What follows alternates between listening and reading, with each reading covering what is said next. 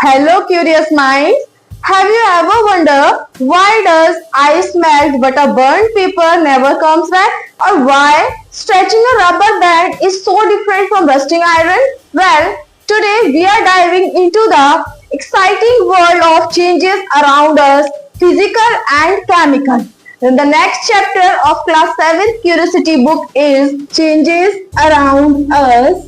It can be physical and chemical. Changes are happening all around us in nature, in our home, in our surroundings, in our schools, in our own bodies also. Some are fast like blowing a balloon and some are very small like rusting of iron. But all changes happen in the same way. But do all changes happen in the same way? No. That's why scientists classified them all as physical, different and in chemical spatially. Okay, so we have two kind of changes in our surrounding. First is physical and second is chemical. Let me discuss one by one both type of changes. Firstly, I am talking about physical change. What are physical change? Are the changes happening around us in which the substance could not converted into a different one. Means कोई भी substance एक से दूसरे में convert ना हो. Like if I am talking about ice, melting of ice, ice is a kind of or a state of water. It is a solid state of water. जब हम freeze कर देते हैं तभी तो वो ice बनता है. But the substance is only one, that is water. It will again convert into water. Means the same substance, but the state get changed. Okay? Physical change like clothing जो हम कपड़ों की घड़ी करते हैं, कपड़ों को तह लगाना, that is also physical change in our surrounding. Like burning of candle, it is both physical and chemical. If I am talking about the melting of wax, in burning of candle, two things happen. First in melting of wax and second thing is that the thread, burning of thread. These both are different changes. Melting of wax is a physical change because when the wax get melted, it will get converted into that solid wax also. वो solid wax में भी like candle के जैसे वो द्वारा से. That is why it is a kind of physical change. Physical change are of many, like if I am talking about that cutting of fruits को हम cut करते हैं. These are same thing. It can be fruits earlier and it can be fruits after. Fruits है, but the size or shape get changed. Means in physical change we are observing that only size, shape or physical properties get changed. Means these can be revert back. It can be reversible. Physical change में reversible हो सकती है. Like melting of wax था उसमें. तो कुछ चीजें हैं जो physical changes में हम याद रखेंगे. Size change होगा, shape change होगा. Means कोई भी नई चीज नहीं बनेगी. No new substance get formed. उसके pieces हो सकते हैं like tearing of paper. Paper को जब हम tear कर देते हैं तो उसमें क्या होगा कि changes क्या हो, मतलब उसके जो चेंजेस होंगे तो वो शेप, ठीक है, not the properties get changed. Is it clear? Now we come to chemical change are the changes in which the substance get transformed into an another substance. दूसरे सब्सटेंस में दही बनता है. सेटिंग ऑफ मिल्क होता है. What is rusting? A brown deposit form on a surface of iron in the presence of moisture, in the presence of water, in the presence of air. That brown substance is known as rust, and the process of that rusting is known as the process of formation of that rust is known as rusting. तो वो क्या होगा? ये chemical process होगा. Reason क्या है chemical process का है ये? जैसे आयरन है, आयरन को हम कैसे लिख सकते हैं? Fe. आयरन का एब्रिविएशन Fe होता है.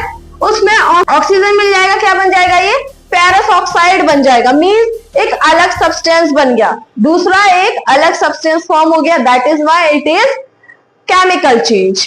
और अगर मैं बात करूं बर्निंग ऑफ थ्रेड, जो थ्रेड बर्न हो रहा है, जो कैंडल है उसमें, वो भी क्या एक केमिकल चेंज होगा. क्यों? क्योंकि जब बर्निंग के ऑक्सीजन होना चाहिए, यस, हीट होनी चाहिए पर्टिकुलर अमाउंट में, और क्या होना चाहिए? फ्यूल होना चाहिए. अगर मैं चलो thread is a fuel, oxygen present in our environment and heat, हम कुछ उसको जलाने के लिए कोई मैच बॉक्स या कुछ यूज करेंगे, दैट इज हीट। तो ये सब चीजें जब होंगी तो बर्निंग पॉसिबल है।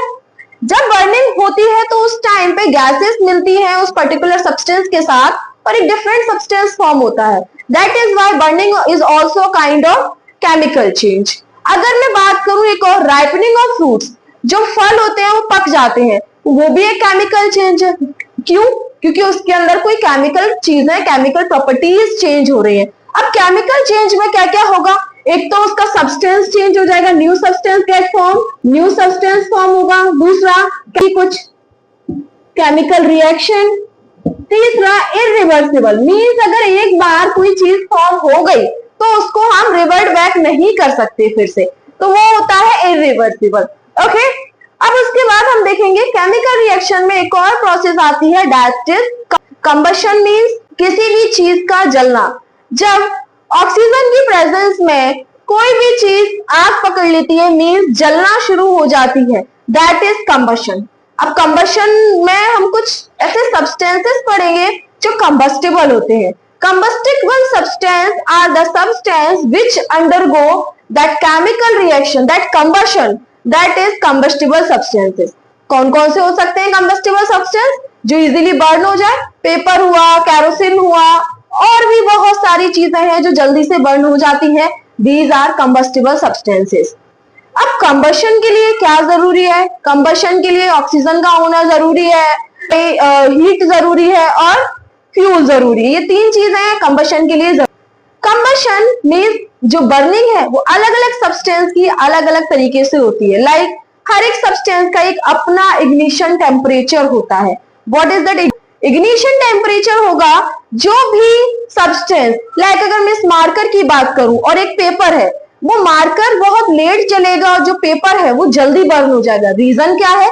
पेपर का जो इग्निशन टेम्परेचर है that is very low and जो मार्कर है उसका इग्निशन टेम्परेचर बहुत हाई है, इसीलिए इट विल टेक टाइम। तो जो पेपर है उसका इग्निशन टेम्परेचर कम है, तो अगर उसको मैं कम टेम्परेचर प्रोवाइड करूं, कम हीट प्रोवाइड करूं, उसमें ही वो बर्निंग करना शुरू कर देगा। बट तो that is the lowest temperature on which a substance get catches fire और a substance get burn, that is ignition temperature. I hope ये सब आपको क्लियर होगा। दूसरा, हमारे क्यूरियोसिटी जो बुक है उस चैप्टर में कुछ डिजायरेबल और अनडिजायरेबल चेंजेस के, what are these desirable and undesirable changes? Desirable means जो चेंजेस नीडेड है in our environment, some changes, some slow changes, natural changes takes place. These are weathering of rocks, these are ripening of fruits or many more. If I am talking about weathering of rocks, what kind of changes?